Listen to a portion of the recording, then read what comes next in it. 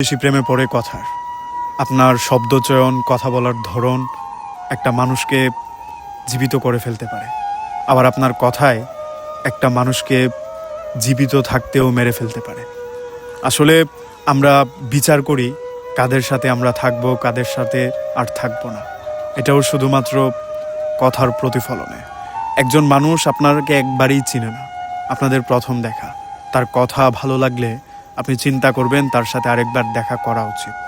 আরেকটা মানুষ আপনার খুব চেনা, অনেক দিনের পরিচয় কিংবা আপনার এক বংশের, কিন্তু তার কথার ধরন তার সামনে যেতে আপনাকে অনীহা সৃষ্টি করে ফেলেছে। সেজন্যই হয়তো মানুষ বলে কথায় মানুষকে মেরে ফেলা যায়, আবার কথায় মানুষের আপন হয়।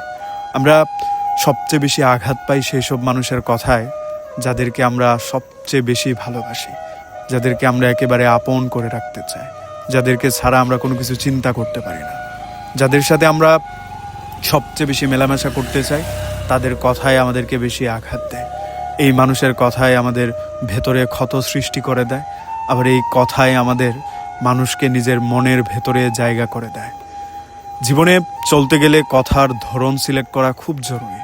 একজন মানুষ এরপরে আর আপনাকে চাইবে কি না, এটাও আপনি শুধুমাত্র আপনার কথাই ঠিক করে নিতে পারবেন। একজন মানুষ এরপরে আপনাকে কতটা পছন্দ করবে, সেটাও আপনার কথার ধরন বলে দেবে। তাই কার সাথে কিভাবে কথা বলছেন, এই জিনিসটা বিবেচনা করা খুব বেশি জরুরি। আপনার কথা একটা মানুষকে অনেক দিন পর্যন্ত আপনার প্রতি মুগ্ধতায় রেখে দেবে, আবার এই কথায় একটা মানুষের মন থেকে আপনি অল্পতেই উঠে যেতে পারেন। এটাই নিয়ম।